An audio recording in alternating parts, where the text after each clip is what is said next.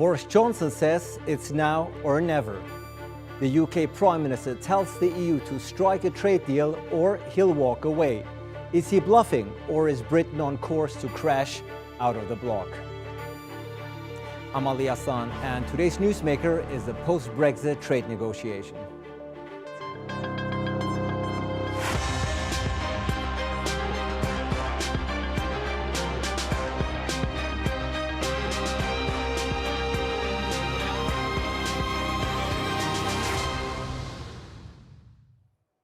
It's been out of the headlines for months, but Brexit is back and there's still no trade agreement between the EU and the UK.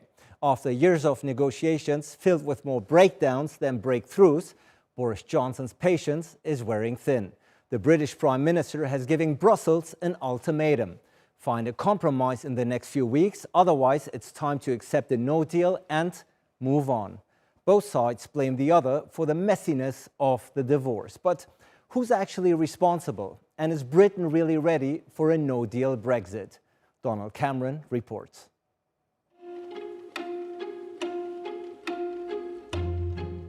Trade deals are tricky things to hammer out and typically take years. The problem is, the UK doesn't have that long. At the end of the year, either a new trade agreement with the EU will come into force, or things will default to terms set by the World Trade Organization. That would see tariffs and quotas applied to goods and services. And that couldn't really come at a worse time, with the coronavirus pandemic leaving many businesses struggling to stay afloat. Time is once again running out as the UK hurtles towards a no deal. This week is the moment of reckoning. There is a deal to be done, and we're only asking to be treated just as the EU would expect. The fate of how the UK and EU does business rests with these two, chief negotiators on each side. The EU's Michel Barnier and the UK's David Frost. If there was ever an ideal time for a breakthrough, it'd be during this week's negotiations in London. But hopes are not high. And both sides blame the other for not budging. To be clear, we will not sacrifice, never sacrifice, the EU's long-term economic and political interests for the sole benefit of the UK. There are two main sticking points. The first is fishing. In British waters, the UK wants British boats to rule the waves. But the EU says if you want to keep selling your fish in Europe, you've got to let our fleets fish in your waters too. The second is something known as state aid. That refers to public funds that give businesses a boost. Brussels expects London to follow its rules to ensure a level playing field, so that government subsidies, for example, couldn't give British companies an unfair advantage over competitors in Europe. But for Brexiteers, the whole point of taking back control was to be no longer subject to EU laws. The EU says the UK still wants all the benefits of membership without any of the obligations. Negotiations are not advancing because of an uncompromising and, let's be clear, unrealistic attitude of the United Kingdom. It appears neither side is willing to blink first, but so far the brinkmanship, bluster and bravado haven't exactly hit the mark. Hey, that's not bad. The UK is going to do what we need to do. If we have to have an Australia-style deal, an Australia-style solution, then that is what we will achieve, and we will prosper mightily one way or the other. They could, of course, be sensible and give us a Canada-style solution, which, after all, they've given Canada, and I hope very much that they will, but we're ready for either eventuality. Canada's deal with the EU took 7 years to negotiate. Realistically, the UK has just 7 weeks. But for a project where deadlines seem to hold little weight, can the can be kicked any further down the road? Or has the end of the road finally been reached? Donald Cameron, The Newsmakers. Well, to discuss this, I am joined now from London by Steve Pearce. He's a professor of EU law at the University of Essex and the author of several books about Brexit. Also in London is former Brexit Party MEP Ben Habib. He's now the chair of Brexit Watch. And in Newcastle is John Howarth. He's a former member of the European Parliament for the UK's Labour Party. He's now the co-director of Politics Without Borders. Gentlemen, welcome to the show. Steve, there's a lot of rhetorical muscle flexing and tough rhetoric coming out the UK these days directed towards Brexit. It surprised actually quite many because the UK has left the EU in February, and this transition period until December was actually supposed to be used to hash out minor details. Now we have Great Britain threatening to leave the EU without a trade deal. How did this one come about? Well, I think it's two types of politics, really. The UK government might think that this sort of rhetoric is useful at getting a trade deal out of the European Union of the type that it would like to see. And also the UK government might think it's useful for domestic politics, for showing to its supporters or the supporters of Brexit that it's negotiating really hard and that whatever happens, it's adopted an approach which it thinks its supporters would be happy with. So I think it's both. And I think there's also some rhetoric that sometimes comes out of the EU side, which is, over the top or intransigent. So there's a little bit of the political theatre going on both sides. Political theatre for sure, one that we've been being used to since the 2016 referendum. But Ben, the rhetoric that we're hearing now is actually quite stern. Boris Johnson gives the EU a deadline until October 15th to agree to a fresh trade deal. Otherwise, there's going to be a no deal. And David Frost, the UK chief negotiator, is saying the UK is not scared of walking away without a deal. How do you explain this rhetoric coming from the UK so close to actually, we're in the final stretches of a period, as I said, that has started that started in 2016? Yeah, well, I mean, the latest deadline that Boris Johnson has set the European Union of 15th October is in fact the third deadline that he has set for the conclusion of a free trade agreement. The first deadline was set out in our negotiating mandate, which was released in February, which gave the EU until the end of June to all but agree a deal. And the idea was that if we hadn't got a deal at the end of June, we would start preparing to leave the European Union, or the transition period rather. We politically already left the EU, but to leave the transition period without a deal. And then when that June deadline came and went, we set another deadline for September. That clearly isn't going to be met. So actually, this is the third time the deadline's been moved. But as you rightly identify, we really are now at the end of this kind of political drama that's been going on.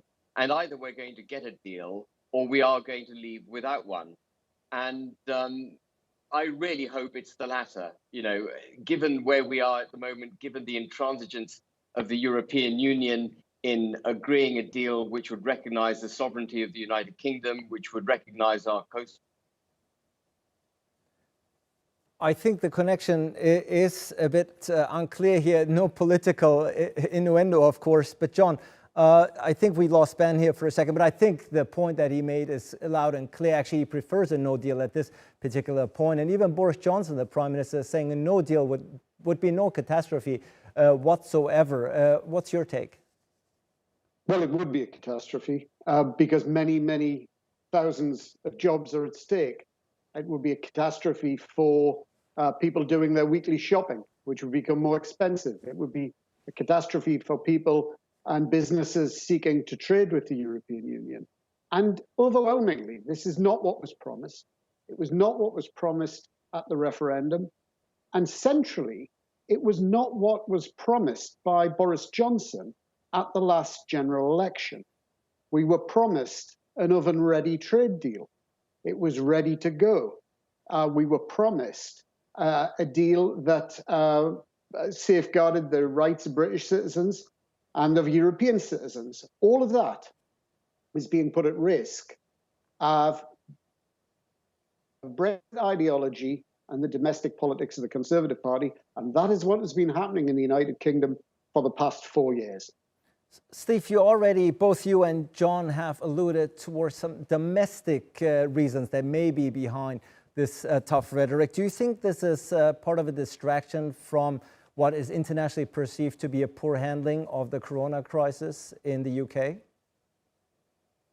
Well, to a limited extent, but I think, there is a real deadline here of the end of the year, and realistically it's before the end of the year, because you have to complete a detailed text, you have to translate it, you have to have votes on it, and so on. So even if it's not October the 15th, there's not much afterwards. So we're bound to have the end game at this point, and I think bound to have a lot of politics, a lot of theatre around the end game, and perhaps this kind of display of rhetoric is the build-up to the UK government compromising, or perhaps it's his explanation for not compromising. We'll only know in a few weeks' time whether it's willing to compromise and whether the EU on its own part is also willing to compromise, because, without both sides compromising, there's no prospect of a deal. Ben, obviously compromise is needed from both sides. What do you think? What does the UK need to do at this particular point? Because you're saying if there's not going to be a deal, then so be it. We'll move on, and we might be better off for it. What would you like the UK to do at this particular point, or do you think that the UK has exhausted all its options? Well, the compromise the European Union requires us to make is to give up part of our sovereignty. And I just don't think that should be on the table. That's a red line for the UK. And it's much better for us in the short, medium and long term to leave without a deal. I completely disagree with John that leaving without a deal at this juncture would compromise citizens' rights. They're already assured in the withdrawal agreement, which subsists beyond 31st December. I disagree that it would put up prices, because it's wholesale prices that would be the subject of tariffs, and retailers would. So unfortunately, Ben's connection keeps going in and out, perhaps indicative of the mess that we're all in from the UK and the EU side. But John, I saw you shake your head there. Well, Ben seems to be the only person who hasn't read the news today that suggests that Boris Johnson is intending to introduce legislation into the House of Commons that abrogates the withdrawal agreement, that seeks to override the withdrawal agreement. No, John, you're fundamentally wrong, John. No, I'm not. He's wrong. You are wrong. The legislation that Boris Johnson is proposing to introduce into Parliament is legislation which would unpick some aspect of the Northern Irish Protocol, not the withdrawal agreement. But what he is seeking to do is bring an internal market bill. Bring an internal market. Let me just explain, because you've challenged me on the withdrawal agreement. He's bringing an internal markets bill forward, which would allow him to prevent UK courts from finding in favour of the ECJ. And that makes it very tricky for the EU, but it doesn't undo the withdrawal agreement. So it's a bill, in what you're saying is it would prevent a UK court agreeing with a European court. That's what you've just said. It would prevent the UK court from enforcing ECJ rulings. Well, yes, but why shouldn't a UK court do that? That's what sovereignty means. Because we should be sovereign. We should be sovereign, not the ECJ. Let me No, stop interrupting me, Ben. If you listen, you might learn something. And the fact of the matter is that an international treaty is based on the whole of the treaty. You simply, once an agreement, abrogate that, come back and say, well, we only signed that a few months ago. That's not the United Kingdom that I'm proud of. That's not the country that I wish to be a patriot for. I want to be a patriot for a United Kingdom that sticks to its word. Now, we signed up to that withdrawal agreement, and also we signed up to the protocol on the Irish border, and that is hugely important because I want to see peace on the island of Ireland maintained. Now, the fact is that we've signed up to that, and we should stick to that as a country. And what you're saying is a distortion. Steve, it's not a distortion. let me bring in Steve Pearce here again, because this is obviously a very different time than it was 7-8 months ago. For the better part of 2020, all nations, including the UK, obviously have been preoccupied with containing the coronavirus. And there might be a misconception on the part of the UK, because the trade deal with the UK, it doesn't seem to be no longer a top priority for the EU, which has its hands full with battling the economic fallout of the coronavirus. Isn't that the case? Yes, I mean, if I could just revert to those legal points, the Northern Ireland Protocol is part of the withdrawal agreement and includes clauses on the Court of Justice's jurisdiction. So if the UK legislated to ignore the court's jurisdiction, it would be in breach of the withdrawal agreement. There's no remotely possible legal argument here that would be an obvious breach. But we don't know what this bill will do yet. I haven't yet seen what it will do. The government's briefing that it won't be a breach. So we'll have to have a look at that when it comes out. As to whether this is an EU priority, well, they're definitely still interested in negotiating. They have been all along. Obviously, they want an outcome which fits their point of view. They've signaled broadly that they're willing to compromise on some of these difficult issues, but it's not clear how much compromise or whether it's enough from the UK's point of view that they could somehow have a landing zone in the near future that both sides could be satisfied with. But I think the EU definitely has always been interested in a deal, but not on any terms, of course. They have their own red lines as well.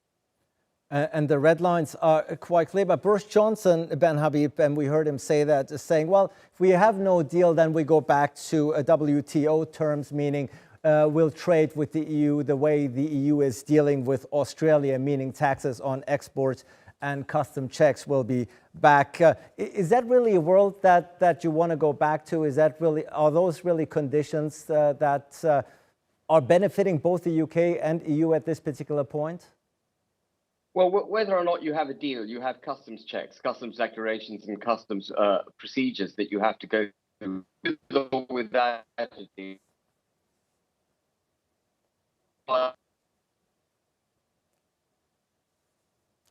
I think Ben's connection froze up there once more. John, the critics are saying that this would cause severe disruption to the supply chains, and you alluded to this before as well. To play devil's advocate, what would be so terrible if the EU would leave, if the UK would leave the EU without a trade deal? Well, the UK doesn't have capacity. The UK's trade routes don't have capacity. The bulk of the UK's goods trade, outward and in over, come through the Port of Dover. The Port of Dover is a highly restricted route, and that also constitutes the land bridge that the European Union would like to see to the Republic of Ireland, and the Republic of Ireland is one of the UK's biggest trading partners within the European Union bloc. In my old constituency in the southeast, 75% of UK fish landed are sold to the European Union. 50% of the quotas that we have to land fish in the UK are operated by new or non-UK companies. We are heavily integrated with the European economy. And when people talk about an Australian-style trade deal, it's really code for something else entirely. And anyway, what is the possible comparison for businesses of a country 17,000 kilometers away to a country, to a European Union 30 kilometers away? It's ludicrous. The fact is, European Union trade has benefited the United Kingdom hugely. We were promised either access to the single market, that nothing would change, that we would enjoy all the benefits we had before. They were unrealistic promises, but I wasn't the one who made them. People who made them were the people who were seeking to take Britain out of the European Union. Steve, and clearly delivered. For sure. And Steve, if the UK would leave the EU without a deal, obviously that would cause greater commotion, have wider ramifications. For one, obviously, the hard border on the island of Ireland, which everybody tried so hard to avoid, might be back on the table, and Scottish independence might be fueled even further. Do you think that the UK government, the current administration, is thinking this through properly? Well, I think with Northern Ireland, it depends very much on what happens with the withdrawal agreement, because that already has a whole protocol with lots of detail on Northern Ireland. So if the UK is going to implement that, and the UK and EU can agree on how to implement that, then there shouldn't be a problem with Northern Ireland. Now, we don't know for sure if that's going to happen, though. We have to see this government bill. We have what it says, whether the EU has a problem with it or whether they can justify their complaints about it. We don't know what will happen during that process. But as for Scotland, I mean, it's already the case that we have well over 50% support for independence, well over 50% support for the Scottish National Party. That might change, but it doesn't look like changing for a while now. So, and I really doubt that a no-deal outcome would change that to favour more people staying in the United Kingdom. If anything, more people would want to leave the United Kingdom following a no-deal outcome. The only way you stop that really is by banning Scotland from having another referendum, which so far the government and the Labour Party seem inclined to do. I don't know if that's a realistic outcome. If you have 55% of people voting for the Scottish Nationalist Party or something like that, they have a large majority, which they may well get next year. At the moment, it looks like they will. Is that, do you really say, well, you can't have another referendum regardless of what people voted for? Well, we'll see if that's a politically realistic position to take if we get there. Ben, this has been a very long journey, to say the least, since June 2016, ever since the UK has called for the referendum. If you knew back then what you know now about how things have unfolded, would you still be very much in favor of the Brexit? I'd be even more in favour of Brexit if I knew then what I know now, and the contempt with which the European Union would seek to treat the United Kingdom in our absolute legitimate right to leave that union. You know, we've talked at length about whether or not it's a right for us to be breaching the withdrawal agreement. That is a withdrawal agreement which we entered into under duress. And Article 2625 of the United Nations actually prohibits countries being put in the position that the United Kingdom was put in, prohibits the annexation of parts of that's just rubbish. Those countries. And it is absolutely right that we should exercise our full sovereign authority.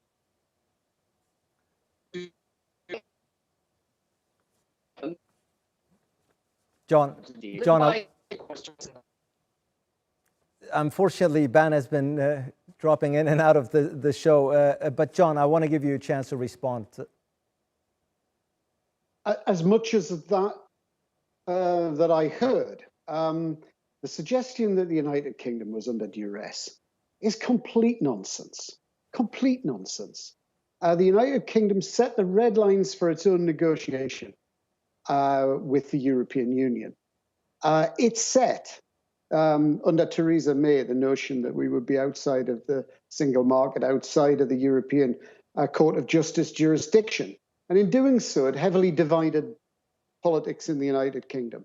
It was quite possible to unite politics in the United Kingdom around what's known as a soft Brexit.